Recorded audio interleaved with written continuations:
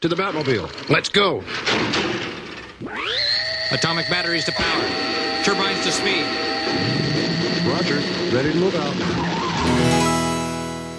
Idle Thumbs.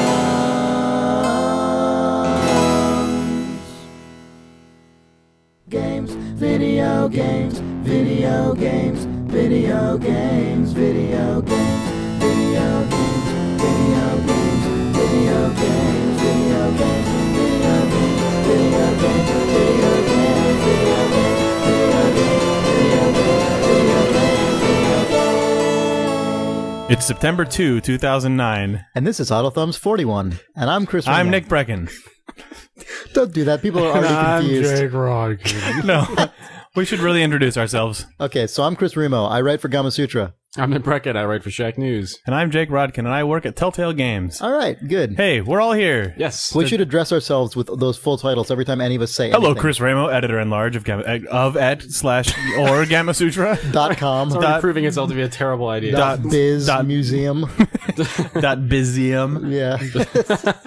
That's a competitor to the San Francisco's... The Zium. Zium. Yeah. Oh, yeah. Anyway, hey, we're here for Idle Thumbs. Yes. We're here for you, Idle Thumbs. We are. We are going to be at Penny Arcade Expo this weekend in Seattle. And before we kick off the main cast, we would like to inform you that this is so important that there's The Expo siren is on for this crazy event. We are going to be hosting an Idle Thumbs get-together of some sort. Hosting is a strong Hosting word. is an overly No ambitious actual- word. We'll be standing in a corner somewhere, and you can find us. No, but if you guys want to meet up with us and some other Idle Thumbs readers, come to the bottom of the escalator of the Seattle Convention Center at 5:15 on Saturday, which is the second day of the show.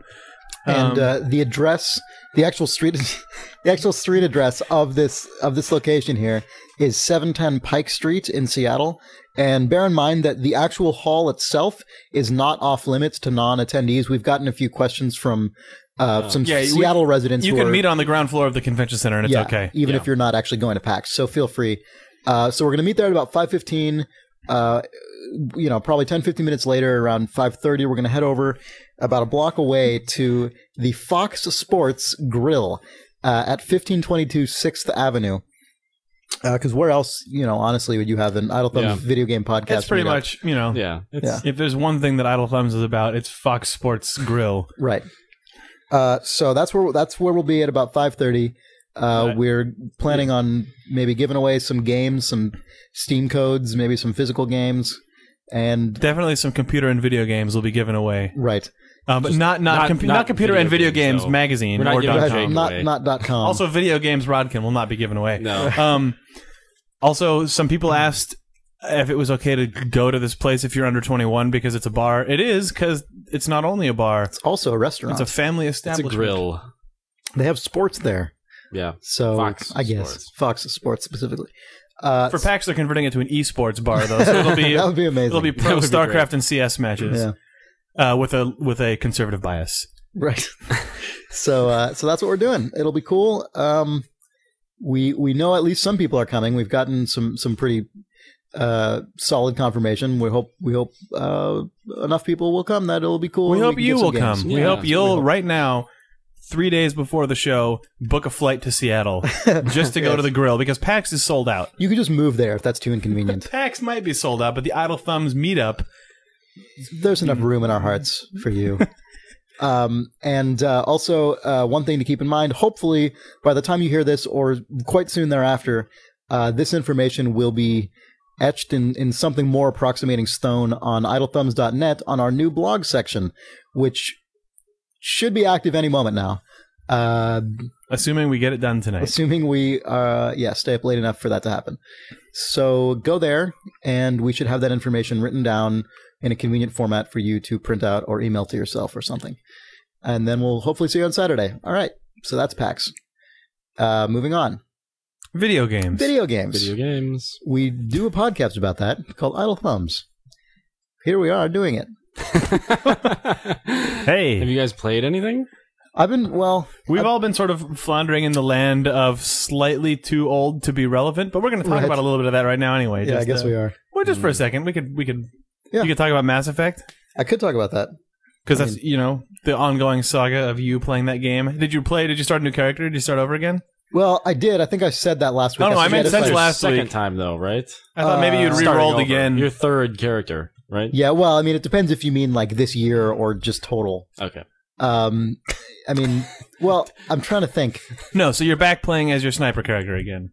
Right, the one that I'd started and gotten frustrated with. I think last week I said I was going to start I did start a soldier. Yeah, and then you abandoned him again for the sniper because it was too much to bear. It was just the thought of playing through that beginning section for a third time in the span of just a few weeks was very disheartening, and so I decided, fuck it, I'm going to bite the bullet. You're going to snipe your way through this. Snipe my way through with this horrible, horrible sniper rifle. So I've been doing that. I've just been pumping enough points into the sniper rifle skill and putting enough mods on my stupid gun to make it not, just completely useless. It's weighting now, it down. Yeah, exactly. I carry around a tripod. Yeah. I can basically shoot a guy with it now without it just swinging all over the screen. So that's cool. I have come to an observation though that has been frustrating me about Mass Effect that I think is at the root of a lot of my other frustrations. I mean, some of the things in this game are just badly balanced. I mean, we've gotten enough feedback to be pretty confident that some boss battles are just really poorly balanced, and it's a badly balanced boss battle. It's no, it's good. Yeah. It's like the butter battle, and the some classes are just not very equivalent in terms of overall effectiveness. But also, there's sort of an unfortunate thing in Mass Effect, which is that pretty much every category you can put points into, be it weapon effectiveness, shields, health, conversational ability, hacking, electronics, damping. I forget which are everything all which, but shooting. Well, everything really is good and fun and useful to have. I mean, none of those, you know what I mean? They're all sort of throughout the game. There are plenty of opportunities to use all of them, which in one sense is good. The problem is the only ones that actually help you get through the game in any meaningful way are the combat ones. Yeah. Which are basically shooting and shields and health. And I don't know, I guess if you use a lot of biotics, the ones related to those. But my point is that they've got this whole really well-constructed conversation and dialogue system as far as I'm concerned. I think all of the Paragon and Renegade stuff, which is sort of, vaguely parallel to the good or evil system in other RPGs. I think that stuff is great. I think it's a really good take on a pseudo-morality system, and it works really well, and I really enjoy getting all those other options to open up in the conversations and having that have an impact on the way my character interacts with people. The problem is none of that stuff has any impact on the game at all. Right. You can't use those skills to go and talk your way out of a major fight. Maybe in some of the smaller, goofy side quests, but there's no sense you can't play through the A story with that actually as your character. Right. If your character's a really smooth talker, that's not reflected at all in the actual overall narrative of the game. But the ladies go crazy for him. Yes. Yeah. I guess so. I don't know, actually. Oh. Maybe. So basically, these are. I got to start over again now. Damn it. Basically, what, Nick? Well, they're secondary abilities, but they're weighted as if they were primary abilities in a way. Yeah, exactly. They take just as many points to beef up as your important abilities, but there isn't. But it's an frustrating that those playstyle. aren't simply primary abilities in the sense that in a game like Fallout, where you can like Fallout 1 in simply, particular. right. Actually get through a entire block of the game just by talking your way through it, or right. So yeah, and it's disappointing. I mean, I don't know. In some way, I can see that might be the result of the developer going, okay, we have all of this combat in the game. Right. We want them to play through it as opposed to skip it. But I mean, I think too bad the combat is the lame part of this game. I know, right. I think most people who play Mass Effect are going to shoot their way through want to play the combat. Yeah, I mean, I think it takes a specific person, and it's probably a slightly more hardcore RPG gamer, especially a PC RPG gamer, who's going to want to try and talk their way through it. Yeah. And then when it's not supported, that is kind of disappointing. See, that's fair enough. The problem with that is that you do end up getting these other classes that you feel like shouldn't be the combat classes. The problem is the game doesn't really allow. Well, that's what I'm saying. But I mean, it's just the argument of, well, BioWare wants you to have to, that either they want to put all the action stuff on display because that's sort of what the game was about when they were selling it. But I forget what I was saying. Well, I understand what you're saying about most people want, and that's fine if they actually want to make a game structured around that. We are. I stopped talking halfway through, but we are making the same point. Just, I mean, yeah, there's a certain type of person who is going to want to play in an unsupported way, and it's frustrating that they give the people who specifically know to seek that sort of thing out what looks like the option to do it, and then don't. But then don't, yeah. In addition to that, though, the actual class systems themselves, like not just the skills, but the actual classes, they say, like, you can play this sniper class, but then they don't. You basically just have to play it like a soldier with a shitty gun that you have to sort of just compensate for by pumping so many points into sniper rifles that it just essentially almost attracts your ability. You know, my shields and health are suffering drastically because I'm putting a lot of points into sniper rifles, but I also just cannot bring myself not to pump all that stuff into conversation just because of my own personal, and you could argue that's my fault and that's fair enough. But it's frustrating to me that the game has no other end of the scale where I can balance that out. When they're gonna allow for options like that, they should really make sure that they're balanced. The game itself supports it. At that point, you're not receiving the same experience as somebody else who played through it on Soldier and you know had no problems. Even though you have to complete the exact same tasks. Right. So it's entirely detrimental. Yeah, but there isn't really any bonus. Right. To not just doing that unless you're just into it. But and it's too bad because I always feel like Western RPGs are always the type of RPG that traditionally do allow that kind of thing. And that, you know what I mean? I think certainly when you look at a game like Dragon Age, just speaking of BioWare, I mean, as much as we were dumping on that game early on, what I've seen of it does seem like it's much more of that kind of thing, you know, where you do have more of that freedom to go to attack these different situations in drastically different ways. And I'm hoping Mass Effect 2 will maybe go for, I don't know. It seems like they're going for choice is a big deal in that game. So we'll see. Mass Effect. There's that. Yeah. Let's see. What else have we been playing? We've all been playing this iPhone game, Spider. Oh, yeah. We should talk about that. It's like $3. Is it still only $3? It's a few dollars. Yeah. It's definitely the amount of money where you don't really need to think about it. And it's pretty fun. Jake, you've probably played it the most. Yeah. I have, but I mean, dude... I was going to say who actually was there were the people behind it, but I've already forgotten that who up they were. right now, and you can talk about it. It's people who are known for things because they're real, and I can't remember who it is. Okay, well, what about the game? It's an iPhone game. It's probably one of the few non-sort of like puzzly games that I've played that actually feels like it's worth playing on an iPhone versus maybe this was supposed to be played with a mouse or on a DS or something like that. Yeah. In this game, it actually feels like the iPhone interface might be the most ideal interface for this game. Yeah, that's what I mean. Which is quite rare. It definitely is. Yeah, I can't imagine playing it. It feels like it's an actual iPhone game, which is nice. You play as a spider, believe it or not. Yeah. It's definitely casual in style. I mean, you crawl around the sort of perimeters of objects in a house. And then you can jump from place to place, leaving web. And if you join web trails into a shape, it fills in with like a full, sort of spider web pattern, which insects can then fly into.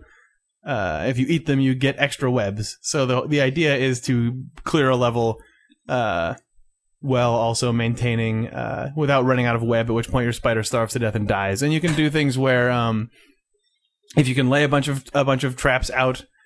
And then and then jump from web to web and collect all the insects that you've gathered, sort of cleverly.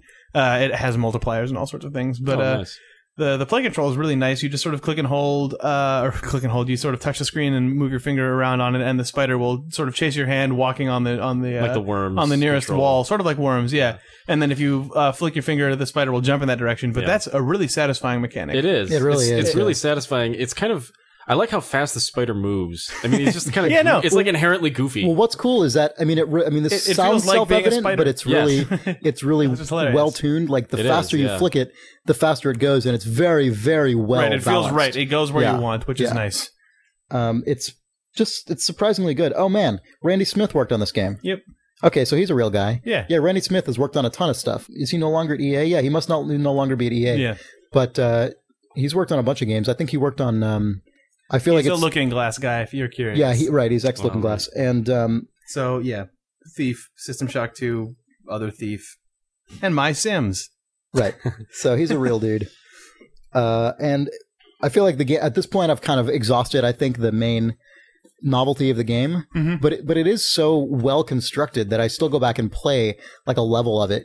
Just one level You'll of just it. open it up every now and then and spider around. Yeah. It's nice to be playing a game on an iPhone that has a game control mechanic, and that isn't Peggle or like a Scrabble game or something. Yeah. Right. It's nice to be moving a character around using the conventions of iPhone controls in a way that is fun. Yeah.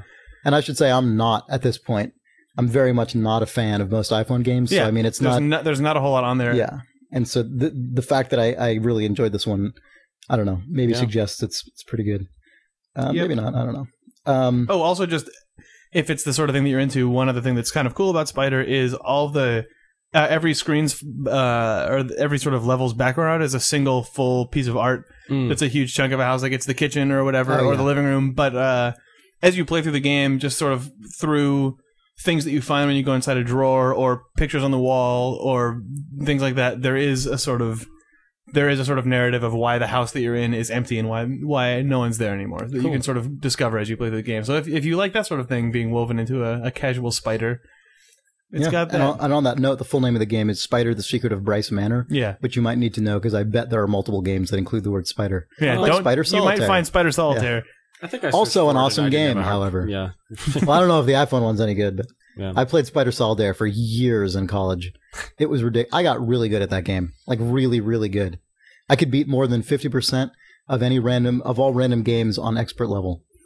I was hardcore at Spider Solitaire. All right. So just saying. I just, I Wow. Man, I did. Discovering new things about Chris Remo every podcast. Are you? Are you really? Yeah.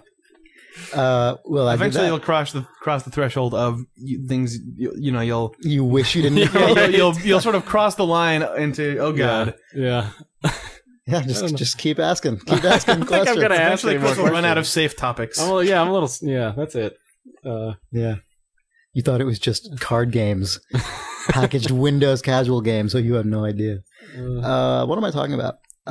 Spiders. Yeah. What else have we been playing? I played some Gratuitous Space Battles. Oh yeah, Gratuitous Space Battles. Yes.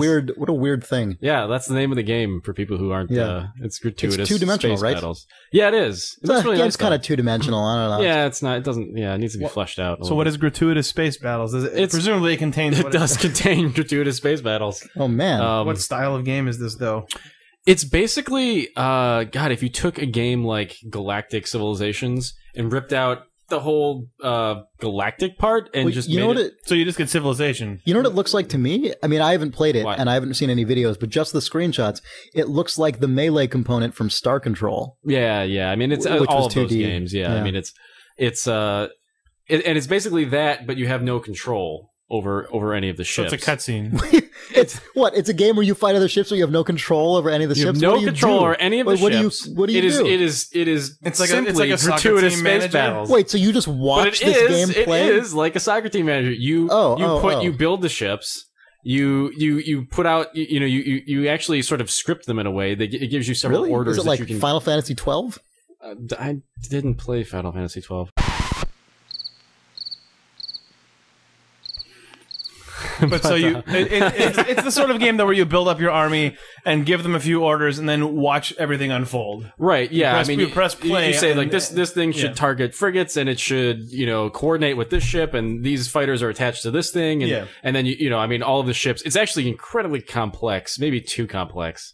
But I mean, Really? That's the opposite of what I expected from those screenshots. This game had like postage stamp style screenshots. Yeah. That just looked basically like little ships fighting around. Right. So this is nothing like Star Control. Probably no. Okay. I was totally wrong. I mean, every ship hull has, hard points on it, and then there are like a million things you can put on them, and you unlock more things as you win battles, and that's basically it. It's just making your ships and customizing them for the, Is it fun? It wasn't at first because it's kind of poorly balanced at the moment because the first fight they give you default ships. If you just spend all of your available resources and just put in all of those default ships and hit play, you lose every time. Like there's no Right. there's no ramping up to this game. I Yeah. mean, you kind of expect there to be the first easy level. There's no first easy level. It's just It's a gratuitous space battle. It's gratuitous. It's gratuitous. Yeah, you die. Once you determine that you need to have a something that knocks out shields on this ship and then have this guy coordinate with this one and do. I mean, once you sort of figure out that you can win, then it becomes easy. So I don't know. Is it fun? Sounds like a certain game Nick and I have been playing. I shouldn't even talk about it. No, you shouldn't. You shouldn't. Well, anyway. What are you guys playing? Nothing. Okay, so anyway. Speaking of Star Control, well, anyway, are you done with Gratuitous Space Battles?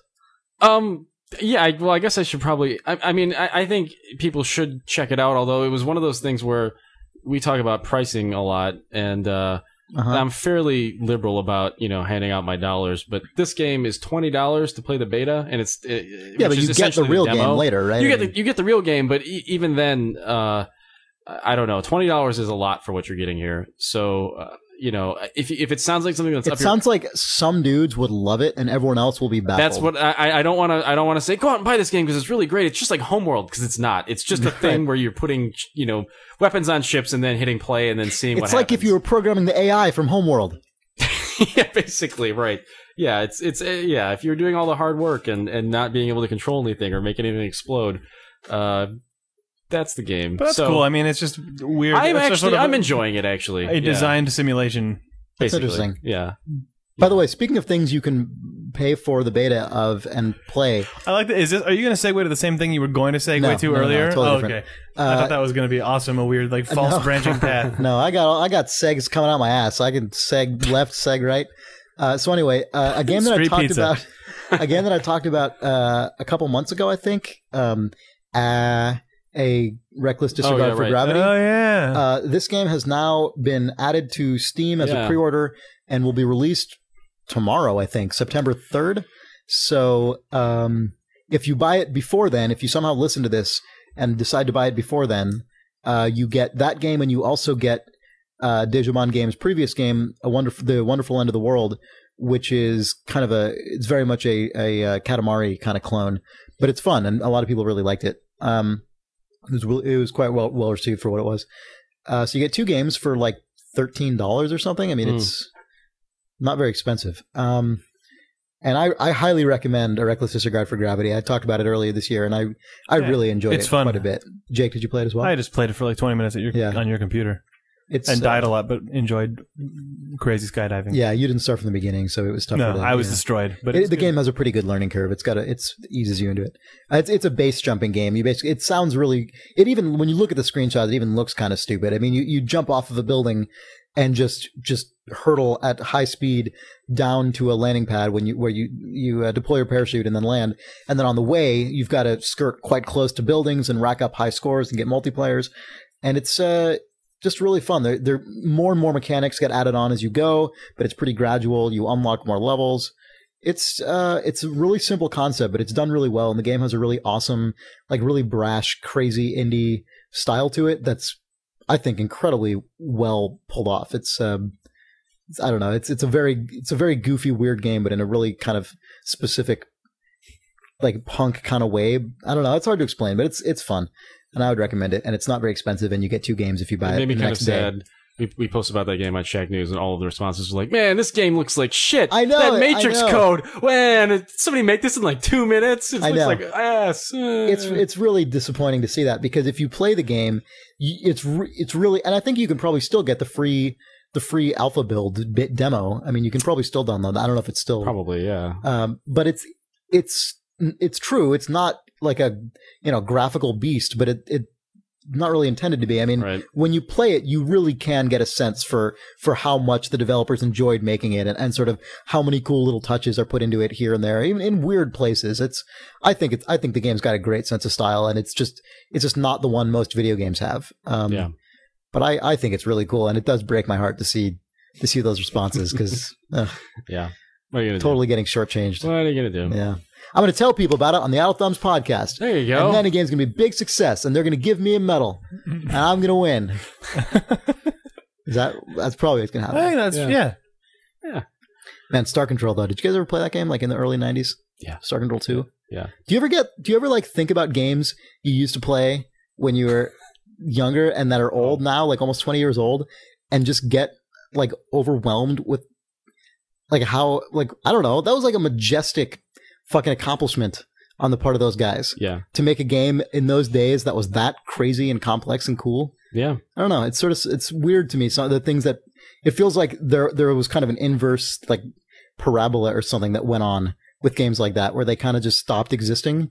And then now I guess you have stuff like Sins of a Solar Empire, but Yeah. even that's not as crazy and weird and cool as Star Control 2. For anyone who hasn't played Star Control 2, you can play a freeware version of it called Battle of the Urquan Masters that is supported by the original developers of the original games, who are now toiling in an Activision sweatshop for the rest of time.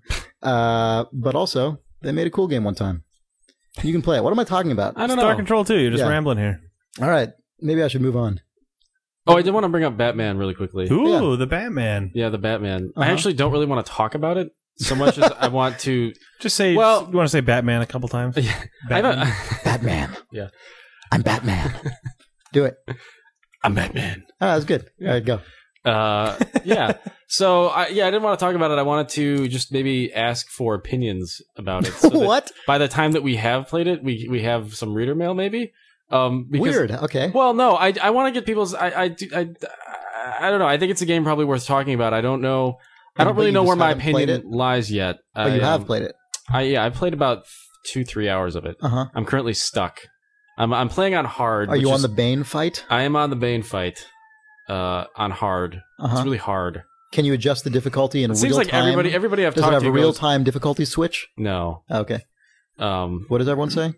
Well, whenever I say I'm stuck, they say, "Are you on that Bane fight? The one where the guy runs in the wall?" And I'm like, "Yeah." And they go, "Oh, of course, because that's a shitty fight." So, anyway, I don't want to offer an opinion because I feel like So what you're asking is, what do you guys think about the Bane fight? yeah, basically, yeah. Wait, is that actually what you want? Yeah, I don't want to shit on the game, but if other people want to, write in. Well, what about what about your experiences up until the moment before Bane was spied? You know, I thought it was so far. It's a solid game. I'm not like overwhelmed with. Oh man, Batman! It's so good. It's like BioShock. I'm not getting that yet. I probably haven't played long enough.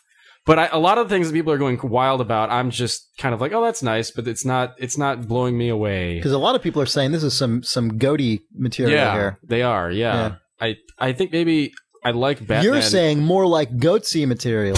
No. Sorry. Okay. Sorry. Go. Jesus Christ. I mean, is that just because people's expectations for a superhero-themed video game are I think that's like probably part of it. 3 toilets deep in the toilet? I think that's got to be part of it.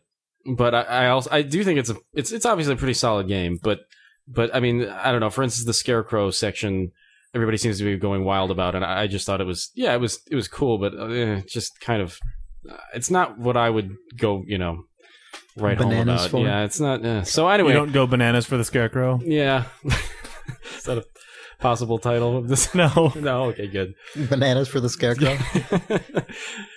Anyway, all right, we can move on. I think it's a good game. I want to see what other people are thinking, and see if there are any dissenting opinions. I'm just interested. I'm interested. Dissenting from you or dissenting from the internet? Both. Okay. Anyone has any opinion at all about Batman? Yeah. Please direct them to. Well, I think by that time we'll probably have played it and want to know what people think about it. Yeah. Nice questions at idlethumbs.net. Yeah. Or 55 Wizard On. Call in. As the Batman, or about the Batman, or to the Batman. Yeah. All of these options are available to you at 55 Wizard On. Press where your 1 for the Batman. Press 2 to the Batman. Yeah. Actually, one thing I did want to mention really quickly, for people who have played all the way through it, tell me. This is so stupid. Tell me how it ends. Tell me how it ends. Yeah. No. Tell me if there are a lot of points in the game where you can skip combat. I'm interested to know. I'm curious about that as well. I'm really curious. Like if you can detect. I can't believe how lame we're being right now. I know, it's super lame. We're these game journalists. I know, I feel advanced so access to all these video but I games. know- Could you guys tell us about the mechanics in this game? I didn't have any time to curious. play this weekend. I know PAX is going to destroy all of that. Right, I know, So I just And want we to were at know BlizzCon because the weekend before. yeah. So I played 2-3 hours. I haven't hit a lot of points where I can just skip a bunch of thugs. There seems to be a point where Batman says, "I have to clear the room," and then you have to clear the room. And to me, that's kind of disappointing. And that's another reason why I'm just like, it's a good game, but it's not what I would think is amazing. So I want to know if that happens and what people think about that specifically. So anyway, moving on. If you would like to produce a podcast discussing Batman Arkham Asylum, exactly. Please feel free to do so. Yeah. We're going to be the Gratuitous Space Battles podcast. Yeah. And maybe we're going to take a break. Okay. Video game. And we're back. Batman. We're not done with Batman, I guess we decided. Yeah. So, We're never done with Batman. Yeah. no. I don't know. I was thinking. Never done with you. Oh, man. Can't quit you, Batman. And we're back. So Now we're really back. okay. So So we're back, Batman. we're back, Batman. We're back, We're Batman. back, Batman. Hold it back. No, he doesn't want, we don't want reader mail yet, Batman. Man, Why not? What? what? Batman really loves reader mail, apparently. Love that wacky reader mail. I don't even know what he's saying anymore. Batman, what's wrong, Batman? I Okay. heard reader mail in there, so he's still talking about that. Anyway, have you guys seen the crazy like costume mods people have made for the PC There's some version? pretty good stuff. Yeah. If you like a lot of Batman costume Yeah. variants. I don't know. I don't really know like what any of them are, except for. The PC version. Have you not is seen out? this? No, people but have the been people modding the demo. modded the demo. Oh, they're modding Where the you demo. can have like the Tim Burton or the Dark Knight or the Batman Begins, okay. and then all suits. these weird like comic continuity ones Right, like from like 3 future thing, or comics like in maybe a 1986. thing Frank Miller did one time, and also they have the classic gray and blue '60s Batman. Yeah. No, nice. With like the gold little belt and all that crap. Yeah. It's pretty good. And I was thinking it would be pretty sweet and rad if someone were to figure out how the like audio file structure works and make an Adam West mod for this. Right. Like So like the Batman barks become Right. Adam Yeah. West things. Yeah. Yeah, we were talking about this the other day, and how awesome it would be to also get the '60s horn hits in there. yeah, exactly. Every So time to you punch a guy, add into the punch Yeah, bank, oh my so like it would God. sort of, if there were like the 10 or 15 regular fist and foot impact sounds, but every now and then it would go. Had that like, oh, that'd be so good if you were really hardcore, you could replace particle effects with POW. like little Yeah. pow and bam and all that. Yeah, That'd be probably In impossible. between but- every cutscene, it's Right, it spins around, but at least getting some Adam West just swapping speech out in some there. of the sounds would be pretty great. Yeah, it'd be. If anyone knows how to do this, please email us and maybe we'll try. Yeah, or just do it and put up a YouTube Or just video. do it. Yeah, I Yeah. mean, that'd be Just do also this work good. for us. We're gonna lazy web that. Well, I mean, people give us figured out- impressions of the game. People have figured out. And could you review it too? Also, could you just make a mod for this We're just game looking too? to sort of crowdsource our Batman coverage here. If you guys could just kind of handle this for us, we're Batman kind of a little cloud. busy right now. So, can you guys just kind of do the whole Batman thing and Right. maybe like link to you or something? We're all actually going to go outside and throw our copies of the game into the street. So just come over Any here. hard drive which contains the demo yeah. is now melting in Chris's microwave as we record this. Okay. But we kept the straitjackets. Well, yeah. Did you get one of those too? Right? Yeah. Yeah. Nick and I now have straitjackets with our names embroidered on the back. Yeah. That I don't really know what we're supposed to do with them. Your names are embroidered on the back? Yeah. Yeah. Yeah, like down the sleeve and everything. Is it just your last name? It's first It's like initial and then N. last Brecken. name. Yeah. So we got that. Yeah. IDOS decided We that's should what give those needed away to cover their game. at PAX. Yeah, cool straitjackets with our names on it. Idle thumbs. Yeah, we should have gotten ones that said I thumbs. Oh, man. I thumb. Yes. Yeah, that would have been better. Ignatius. Yeah, I've changed my name to that. I forgot to mention. Speaking of idle thumbs, I ordered this crazy peripheral thing for the PC, the Novint Falcon. It's like an aiming device. You use it for PC games. It seems like mainly first person. Well, you use it instead. It does. You won't miss ever again. I know. You don't. I find this hilarious. Yeah, you're a douche. I know. I'm kind of being a douche because it's probably something. Here's I the would thing: do. it's gonna show up at Chris's apartment, and we're gonna come back in like 2 weeks to record Idle Thumbs, and I'm gonna walk into the room, and you're gonna be Yeah. sitting there playing Portal with this, going, "This is amazing! Oh, Left 4 Dead." I don't know if I am, but maybe. You will. So basically, this is You'll be using that voice too. you use it instead of a mouse, and you aim with it. You hold either a little just kind of sphere with buttons on it, or you attach a like pistol grip to it if you're playing a shooter, and you move this thing around on a plane basically. But then in addition to your horizontal and vertical movement, it also adds in like haptic feedback, so force feedback, and then tracks translation and rotation. Right. I mean, right. So because it's, I don't know, it's 3 points that sort of come out of this sphere that meet in a triangle at your hand, so you can tilt your hand up, down, left, right, and it pushes various things into it. It's weird. Yeah. Look up a picture of it. It's also hard to works as explain. a piece of modern art. Yeah. Especially Making when sure it I just has set the this on your pistol grip table. coming off. Then it actually looks Yeah, like it it should does, be it does in the actually, MoMA. yeah. Definitely. It's weird. But yeah, it's the Novint Falcon, and It also if I guess if there's like ice or something, it can somehow simulate that or something. Like I don't know. Like it when doesn't you're get picking up an colder or object, anything. well, I know, but if you're picking up an object and it's right. It basically- senses It properties of has the like object. proper like haptic feedback. Right. Right. Yeah. So if you pick up a heavy object, it will actually create greater resistance. So it's actually more difficult for you to move Yeah. that object up. Things like that. And I mean, games have to support it specifically. So all of Valve games support it. The Penumbra games. The Penumbra games, Fear. I mean, there's a whole list of stuff. I don't know off the top of my head, but it comes actually with the Orange Box and Penumbra. Because Valve, I guess, really likes this thing. So suck on that, Nick. But anyway, the thing that I wanted to bring up It took because about like a year. what? Clearly, it was not on their high priority list. Well, they've been adding their games to it over time for a while now. So anyway, it's cool. Hopefully, I haven't gotten mine yet. I ordered it; should be coming in a couple days. And We got hilariously, sweet stuff. yeah, I contacted the Novint people, and they set us up with a discount code that you can use and get 20% off if you decide to buy this wacky thing yourself. And the code is The Wizard, and that's just one word. So if you go to Novint's site and put this in your cart, the bundle with the pistol grip, and you put in The Wizard and you press redeem code, you'll get 20% off. And I've tested it and it works. So have fun with that weird thing that somehow is real. Yeah. Moving on. Moving on to, you guys want to move on to Reader Mail? Reader Mail? Yeah. Let's do it. This might be a weird Reader Mail because I think we're going to be reading some amusing anecdotes from people. Yeah, we'll see what happens. Who's to say when Reader Mail is in control?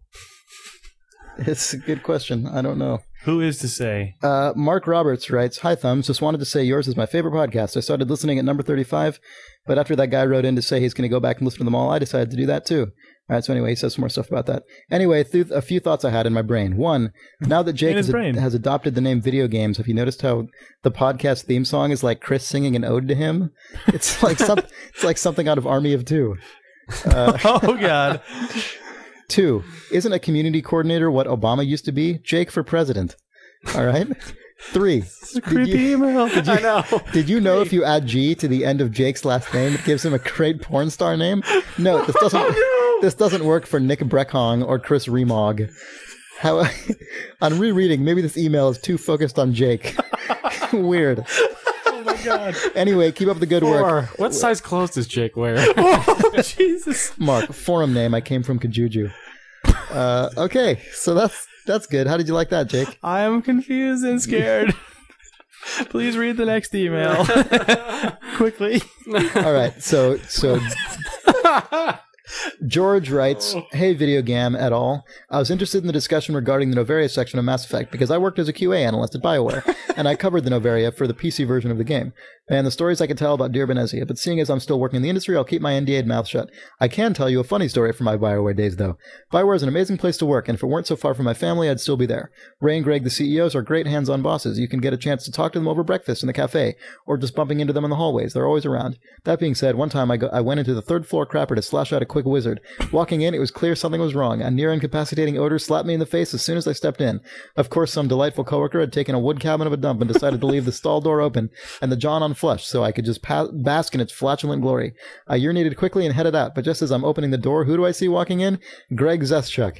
All I could do as a lowly QA guy was mutter under my breath, "It wasn't me," as he passed me by.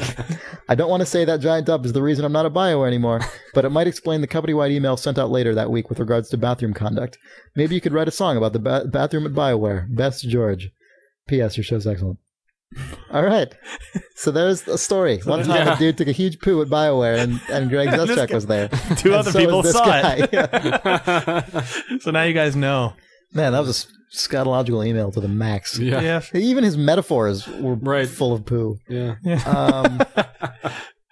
I like that he calls it a log cabin. I know. That's so That's pretty goddamn good. gross. Yeah.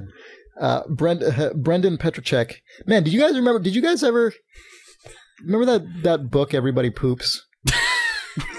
No, Chris. All right, okay, Nick turned you had like a chimpanzee comedy movie reaction shot where you sort of leaned back in your chair and covered your face with your hands. I don't know. You looked like a trailer chimp from a comedy movie. Yeah. All right, Nick wanted to cut me off with the past there, so I'm going to stop. I'll stop. Okay, Brendan Petricek. All those poo jokes on Idle Thumbs. No, that's not what I was. You guys remember that book about poo? It's a really well-known book. It's not. No. Yes, we all know the book, Chris. It's highly respected. Okay, it won a prize. All right, Brendan Petricek writes, the discussion of Time Donkey and whether it was real or not reminded me of something that happened a few years back. Oh, this is awesome. Sometime in 2007, an unannounced preview from Jake. IGN.com. An unannounced DS game showed up on a Nintendo of Japan release list. Its name was Wander Donkey. It was actually just a Donkey Kong game, King of Swing, that everybody already knew about, but it ended up suffering through some hasty translation. Wander Donkey. Hilariously, due to the automated information plugging nature of websites, a bunch of game profiles were created. I believe those sites actually made fixes to their news articles when they realized their mistake, but the game profiles stuck. As a result, various aggregators of such information generated even more pages. Just do a web search for Wander Donkey and you'll see what I mean. Some friends of mine and I thought this was kind of funny, so we decided to make a Wikipedia page linking the reputable IGN, GameSpy, and GameSpot profiles. The entire background story was fabricated, and Toze was picked as the rumored developer just because they seemed like the sort of developer that would do a Wander Donkey game. We added a few bullshit links with all the necessary stuff to make it look somewhat official, and it's been sitting there ever since. I guess I'm kind of blowing the lid on our lame little joke, but I thought you guys might appreciate it, Brendan. Yeah, that's rad. I went and checked out this page. You want to hear a little bit about Wander Donkey? Yeah, go ahead. As made up by this guy who just wrote in. Yeah. Wander Donkey is a graphic adventure for the Nintendo DS. It was originally announced February 2007. Originally as Wander Donkey DS. This game takes place in the fictional city of Daram, a small oasis in the middle of an unspecified desert around the year 995 AD. I love that he just made all this crap up. I know. This is amazing. The game's protagonist is Wander, a donkey who is in search of his true parentage after being exiled once his lineage comes into question by the village elder. The village elder Tala. On his journey throughout the desert and surrounding territories, Wander begins to discover the odd mystery of his missing history and seeks to help other people he encounters along the way, which is sourced to a reference down at the bottom, which is some article on Nindori.com, which I think it's a Japanese language site. Japanese language site that no one from Wikipedia bothered to actually try and translate. Right. And it's blatantly not at all about Wander Donkey. This is amazingly good. Yeah. I wonder if the Wander Donkey is one of the incarnations of the Time Donkey. You know what I mean? Who got stuck back into if this game is localized into Japanese, it's released as something that translates directly to Wander Donkey. Yeah. Well, I mean, don't you guys remember Wander and the Colossus? There must be something about this. So maybe it's Shadow Donkey. Yeah. I like that Donkey Kong King of Swing. Like I like how you can sort of see what's going on there, you know? Right, yeah. Donkey Kong and then swing, like so swinging, moving, wandering. I don't really know, but you can sort of like the little threads are sort of apparent. This is amazing, also, by the way. This article apparently has never been nominated for deletion. It probably will now, unfortunately, because this guy outed it on Reader. Right. Although there have been a lot of there edits. have been requests for box art, logo, and screenshot. Oh man, there's a lot of anticipation. So just no Wander Donkey is hotly anticipated. It's been, I mean, yeah, and you can, There you go go. to IGN. 3 years in development for the DS. It's pretty news epic. Previews, epic screenshots of Wander Donkey. Yeah. Yeah. All right, so Dami, oh my God, I'm sorry already. Dami Onafawakoen, I'm so sorry. You son of a bitch. He writes, I was listening to the last podcast when I heard you guys talking about Mass Effect. He was a big fan of the PC version of the game and a big KOTOR and KOTOR 2 fan. He says, I'm totally loving this game so far. I'm 15 hours in and can't wait to play it every day. I even enjoy the combat missions. Your discussion on the game lingered a bit on the different theories about the sky and the presidium level of the Citadel, with one person thinking it was a hologram and the other thinking it's an artificial atmosphere. I'd like to establish here, I, Chris Remo, thought it was a projection and Nick thought it was an artificial atmosphere. Right. So just setting that up. While the digital, just laying, all I'm doing here is just who's making to say sure while we're talking about that? Yeah, clear. this is a little. So he goes on to say, while the digital tour guide makes no reference to it, it does actually state in your codex/journal that is a holographic projection with an artificial day-night cycle. You just got owned, Nick. You just got fact pwned. by reality. You sure he's not reading You better that from, like, check the Wikipedia yourself. page? But no, because like 4 people emailed in about this. That would be the best thing in the entire world. Source this- Nindori. Yeah, that's what I'm Wonder thinking, Donkey right? Wikipedia page. Yeah, I don't know. Anyway, he goes on to say Mass Effect. I'm going to is go one of edit the Wikipedia page right now. Yeah, Who's to say that, you know? Mass Effect is one of the most well-realized sci-fi worlds I've ever had the pleasure of interacting with, and all the dialogue, from giving a news interview to defending Normandy's cause to an overzealous admiral, just makes for compelling gameplay. I also like how the choices are a little more nuanced, and sometimes you're not sure what's the good or evil choice. I can't wait for the sequel, and I'm not even done with the first one. Keep up the great job, and God bless Demi. P.S. I'm doing my first playthrough as a soldier, and I feel like I'm missing out on the biotics a little. What character class are you playing through as? Well, like I said, I'm playing through as the dumbass sniper. Nick, you played through as a soldier, right? Yep. Yeah. Also, the stuff that this guy identifies as the best parts of the game, I fully agree with him. I think all the stuff like these sort of just inserting you into the middle of this military command structure and just having you go straight into these conversations where you've got to immediately start defending your decisions and things like that, I thought were awesome. Really well done. Yep. That's cool. There's a great news interview where you get interviewed by someone and you have to either...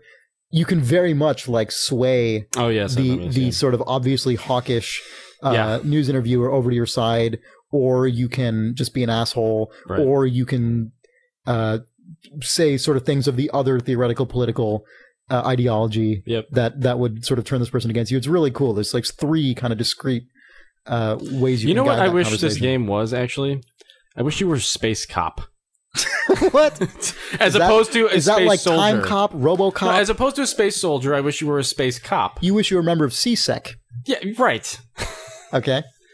Because then you could just be solving these problems, but it wouldn't be like you're saving the world. You're just kind of, you know, saving the universe or the galaxy. I guess. Right, yeah. Saving so you wouldn't be space. saving the world. But Yeah, you would Which save, I guess is you just- maybe save individual worlds. Yeah. You maybe don't want to get your saving threshold too far beyond They'll save a that. world. They'll save that for like the 3rd Space Cop, when the president of space is like, "There's only one man for this job." yeah, exactly. That's what I'm talking about. You're the John McClane of space. Space Cop 2, Space Cop 3, Space Harder. Space harder. As a Space Cop 3, the world is yours. Yeah, Or Space Cop 3, Space Lord, Yeah, Space Cops, Space Boss, Lord of Space. Space Boss, the Lord of Spaceman. Space, a Space Cop adventure in space. Yeah. Tales of Space Cop. Then they've got the DS version, like Spaced Out, which is a little like cartoony game for babies. The exclamation point. Yeah. Space Cop, Trouble in Space. Imagine Space Cops. What are we doing? Imagine. So I have been enjoying Space Cop. Nick, you started over, right, recently? Yeah. In fact, you tried to play it as the sniper. You tried to did. play a sniper cop. I did try to play as a sniper cop. You weren't hardcore enough, right? No, I wasn't. I didn't pass the training. Yeah. No, but genuinely, you did try, right? I did. Well, I tried. We're not just bullshitting. I this. tried, Nick and then I actually heard did. your voice in the back of my head going like, you know, this sort of like, "Boo, boo, boo, boo, boo, boo, boo." Whoa. Man, I just got so frustrated, I quit. And then I sort of snapped back into reality, and I decided that if I kept going, Space Cop. Yeah. Oh God. Oh, I don't want to do that. Oh no. And so People probably think you're making all of this up right now. I probably, but that's what happened. Yeah. I could not go through like 6 hours of that and then Yeah. have to switch back. Okay, so let's see what other kind of email we have here. BW Diedrich, right? That's a cool name. Writes, Dear Idle Thumbs, you guys are great. I like your podcast. That said, I'm worried about Nick Brecken. He's gone from Mr. Quiet Dude on the podcast who has interesting stuff to say to the new angry fuck a turret Nick. I hope that his personal... Nick Fuckaturret Brecken. Well, I like that it's angry, then in quotes, fuck a turret, then Nick. So angry is your first name and Yeah, Nick right. is your last name. Just call me angry. I hope that his personal life is going well and he is happy. I mean, I have no issues I love with when we what get he's emails saying. like this. I know, But, this is you know, nice. I'm creepily worried you. about the emotional state of this guy. I don't know, but I listen to every week on a podcast about video games. Also, my girlfriend does not play video games, save for an emulated version of Kirby Pinball for the original Game Boy and an emulated version of Bust-A-Move, does not listen to gaming podcasts and thinks games are silly, and yet she can make the baboo bird noise at appropriate times and can sing the Idle Thumbs theme song. So that's pretty cool. There's no- He sounds like he's trained his girlfriend. Yeah. Yeah. And yet she can make the baboo bird noise at the appropriate time. That's exactly and sing right. the Idle Thumbs He even song. says- Also, At parties. my At all the parakeets can parties where also this do is He relevant. actually She's- says, she's he actually saved. says she can make the baboo bird noise at the appropriate time to make me laugh. So it's even more that she's trained to Wow. for his amusement. All right. This is creepy. There's not a point to this email. Well, I'm except worried I hope- about you, guy. Except I hope Nick's okay, and my girlfriend's pretty great, except she moved to Rhode Island for a PhD, and I still live in Oakland. Okay. Oh man, this is Email. like the Facebook of emails. What's see going how on many- here? Can he add a couple more sentences to the end of this to just fully Yeah. drive that email off a cliff? No, he reins it in. Oh. And if you guys should talk about books you're reading if you're the book reading sort. Your collective taste in games has borne good fruits in my life. And then he has a question mark. So you should share some thoughts on books. Not a regular feature, obviously, but every now and again, perhaps, or maybe just once if you read this email. This email does not have anything to do with video games. B.W. Diedrich. B.W. Diedrich. All right, he spelled it out. Little things there. I don't know. Do we want to talk about a book for a second? I just read The Martian Chronicles. Oh yeah, Martian. We were talking about that on the podcast. Did we talk about that on the podcast? Well, we already? didn't. I think we talked about it, and then that inspired you to want to go find it again, Oh, right. or maybe not. Yeah. What did you think of it? Having read it, having gone back to it after years. It's an amazing book. Yeah, It's just amazing. I'd like to reread it. Yeah. It's it No, go ahead. No, we're not going to talk about this, are we? No, let's hear it. Yeah, just I mean, God, just that brand of sci-fi where you know it's sort of Jake is being a weirdo here. I like where this conversation is gonna go when we round the corner to my book and then Chris's. That's okay, all right, go. Uh-oh. No, go ahead. Well, anyway, yeah, it's just that I mean, just such a great kind of literary novel that isn't, Space Marine. You know what I mean? It's that sort of. It's the weird, much more enigmatic sci-fi where it's it's almost hazy. I mean, my memory of reading that book is very kind of softer on the edges. If that makes any sense. Very lyrical and kind of descriptive rather than plot driven. It's just, I mean, it started out as a series of just short stories, and then he just compiled it into a book. But man, it's amazing. It's really good. It kind of makes me sad that sci-fi today has turned into not that at all. Yeah, it's just space wars. It's space wars, space cops. Yeah. There's no mystery to it. Most of the time. Well, sci-fi has actually been going back up the hill of cleverness in the last few years. It's getting better. Yeah. But I want to do, once we get our blog up, I want to do actually a post about Mass Effect. That's the Mass Effect that I wanted Mass Effect to be, which, if I actually get off my ass and do this, will be a screenshot gallery of like your favorite little moments from Mass Effect. Right, exactly. The ones that if you only saw these screenshots from Mass Effect, it would look like a different kind of sci-fi. That's the kind that I was hoping it would be. Yeah. But anyway, I'll get to that when I get to it. But yeah. God, Martian Chronicles. I should read that. I haven't read Martian Chronicles in probably 12, 13 years. Mm-hmm. And I have weird little, it's kind of like when you have memories of when you were a little kid and you just have weird little fleeting memories of little tiny things, a book you've read a long time ago. Yeah. And Martian Chronicles is like that for me. And one of the most stirring images for some reason I have of that book is the scene was it on Mars where they plant all the trees to create all the oxygen? Yeah. I don't remember what led to this or anything, but there's a part in that story where all these trees are planted on Mars to create this artificial atmosphere, and there's so many, and it's essentially overforested. And Bradbury, the author, Ray Bradbury, just describes these just waves of oxygen just billowing through the air as these trees just produce this incredible amount of this life sustaining gas, except it's so much that it's almost suffocating. It's an extremely powerful image. It's the kind of weird sci-fi stuff that you just don't.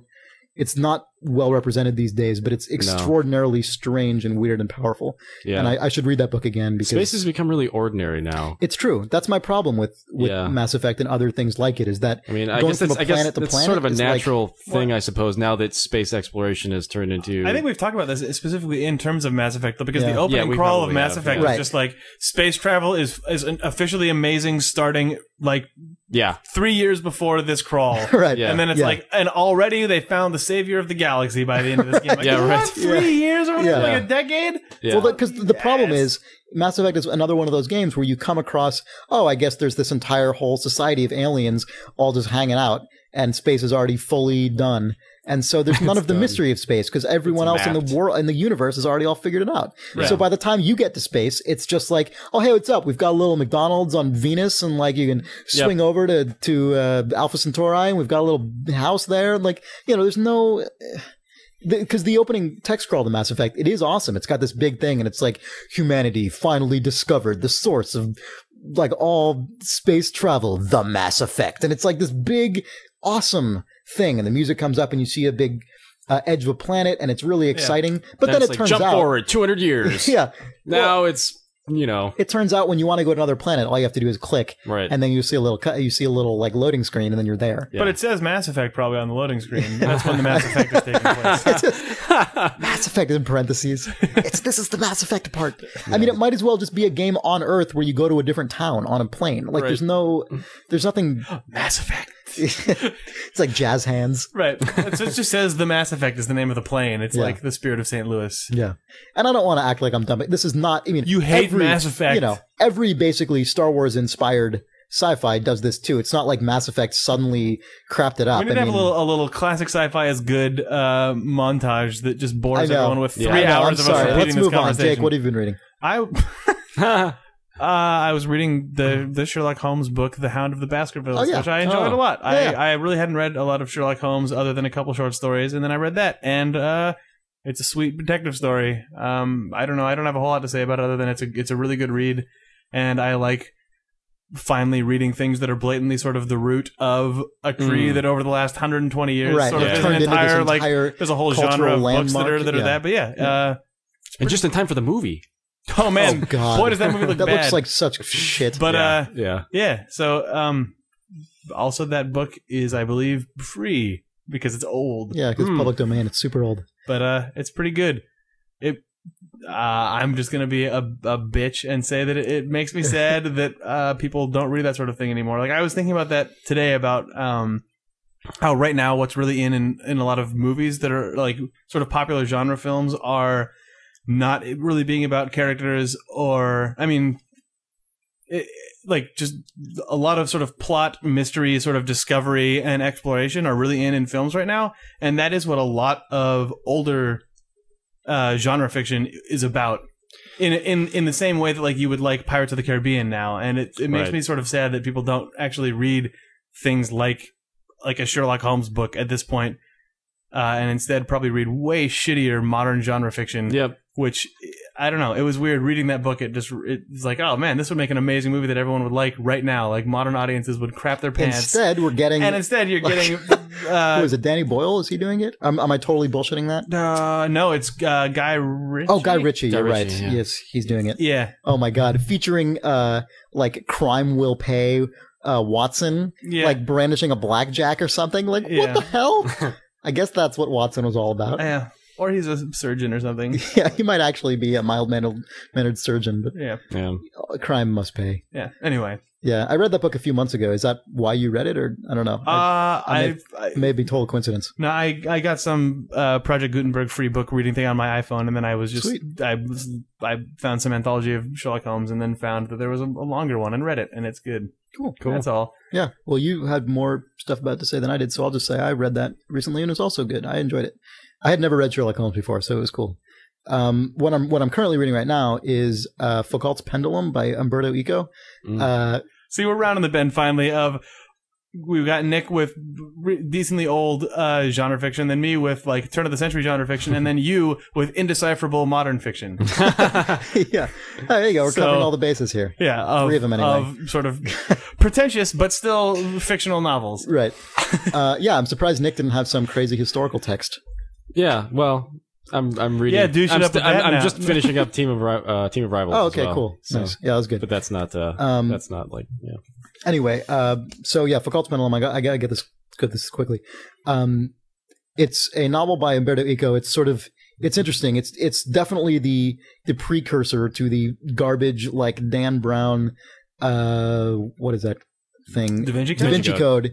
That kind of stuff. It's this came out in the 80s, and it's definitely the stuff that inspired Dan Brown or inspired the people who inspired Dan Brown, that weird religious conspiracy stuff. Except what's interesting about Foucault's Pendulum is that, and I'm not finished with the book yet, so I'm not entirely sure what's going on yet, but it seems like all the conspiracy stuff might be entirely fictional, even within the context of this fictional book, which is really interesting, because all the Dan Brown stuff sort of says, oh, this is actually this true thing that that he's discovered or whatever. Yeah. In fact, there was a really hilarious interview that I read with Umberto Eco in the New York Times Magazine a few months ago, where someone asked him about the comparisons to to Dan Brown, and he's like, "Oh, well, actually, Dan Brown is basically a character from my book, called Pendulum, who actually believes in all this bullshit." So, that was pretty funny. But the reason I'm reading this is because the book I read previously to this was The Name of the Rose, which is also by Umberto Eco, and that's awesome. Like, I can't recommend this highly enough. I enjoyed that one even more than I'm currently enjoying Foucault's Pendulum. It's set in a medieval abbey, and it's about almost a Sherlock Holmes-like monk who investigates these weird murders that keep cropping up. It's really, really awesome. That's all I'm going to say about these, so I don't drag this out any further. And now back to video games. Yeah. Fuck books. Why would you read a fucking lame-ass book when you can blow off a dude's head in a video game? That's what I want to know. Why read a book when you can play it? Please write in to questions@idlethumbs.net with your answer to that question. Tell us how you would turn the Martian Chronicles into a first-person shooter. Yeah, exactly. The Idle Thumbs Book Corner was sponsored by Electronic Arts, Dante's Inferno. Yeah.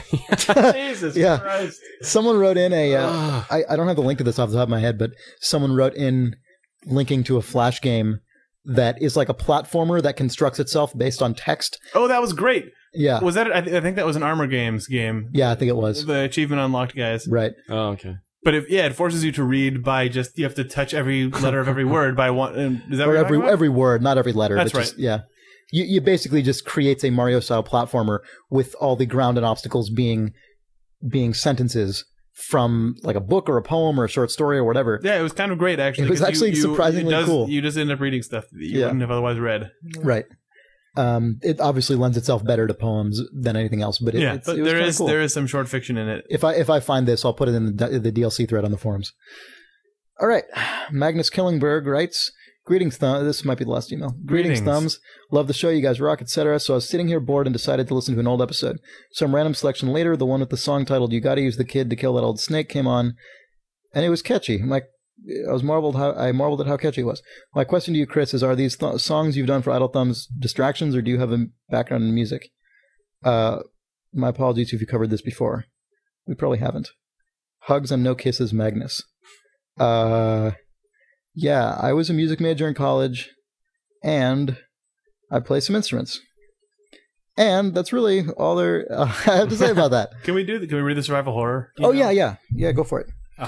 So yes, I do have a music degree for whatever good that does me. But also, yes, it is simultaneously a random distraction. I keep meaning to do more songs, but it takes a long time, and I always forget.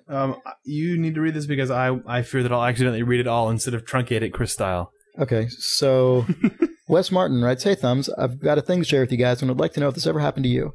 I was playing the new Professor Layton game, and I've noticed that any puzzle that provides the answer hidden in the picture terrifies me. This has happened more than once, and a few times with the first game.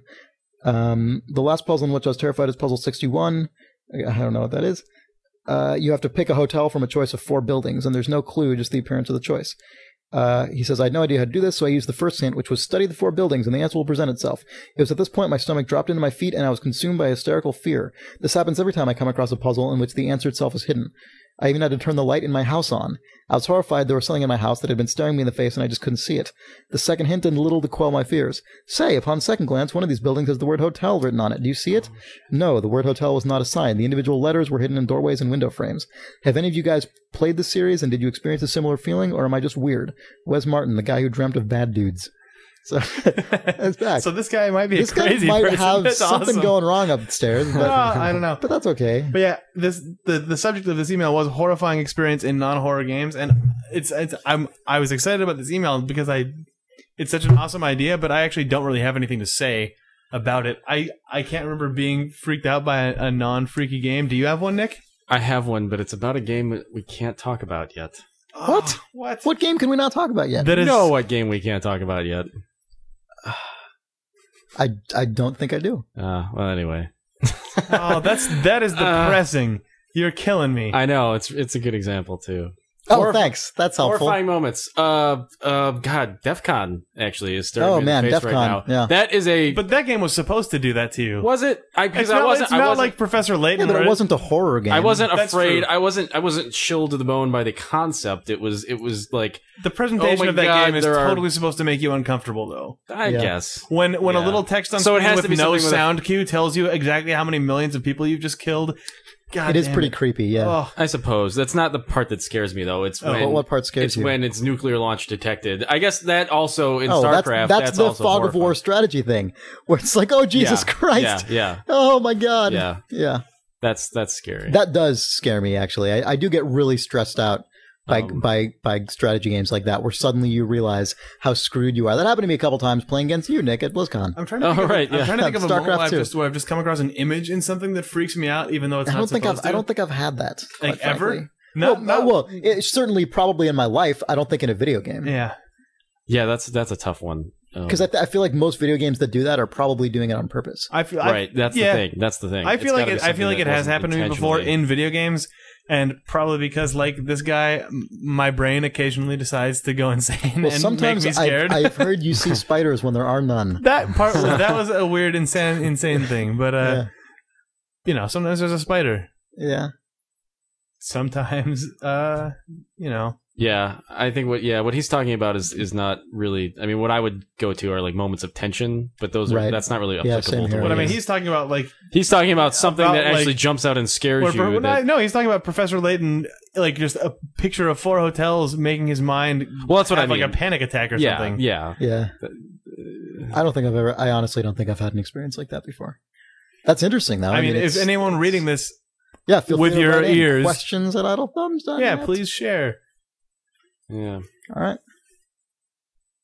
Because on that rousing note, are we wrapping it up? So hopefully right now the Pyramid Head sound will just blast into this episode. Yeah, exactly. Yeah. Or Pyramid Head. Oh shit!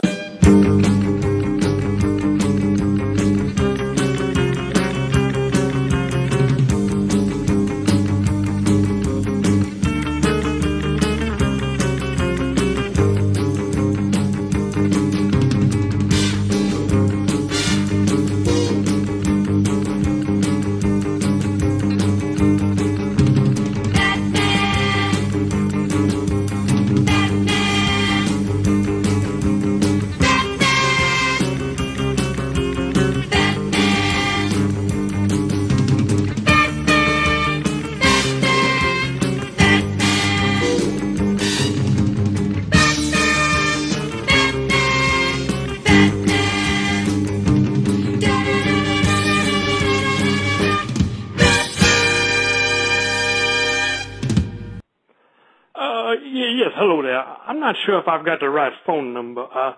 I'm trying to get information about Proposition 55. That's a proposition that would legalize same-sex marriage for wizards.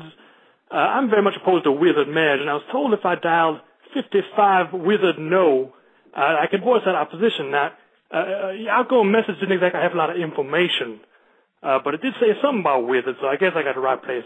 Like I said, I'm very much opposed to wizard marriage. I got nothing against wizards personally, and, what people do within the confines of their own citadel, that's their business, but I just think it's a slippery slope. You allow wizards to marry, what's next? You could have people marrying minotaurs and centaurs. And what you got minotaurs marrying centaurs. What's that get you? I mean, I suppose it gets you a child that's 1/4 horse and, 1/4 bull. I'm not very good at fractions. I do know there's a lot of livestock in that child. But I just wanted to call and voice my support for what you're doing there at 55 Wizard No. And just want to tell you, you're doing good work there. It's important work what you're doing, protecting the sanctity of marriage, protecting it from wizards. Y'all have a good day. You want to talk about Spider? We can talk about Spider. We got plenty of shit to talk about. Fucking done. Idle Thumbs. Ready? Go. This is Idle Thumbs. Spider horse balls. Ejaculate. Video games rockin'. Wizard.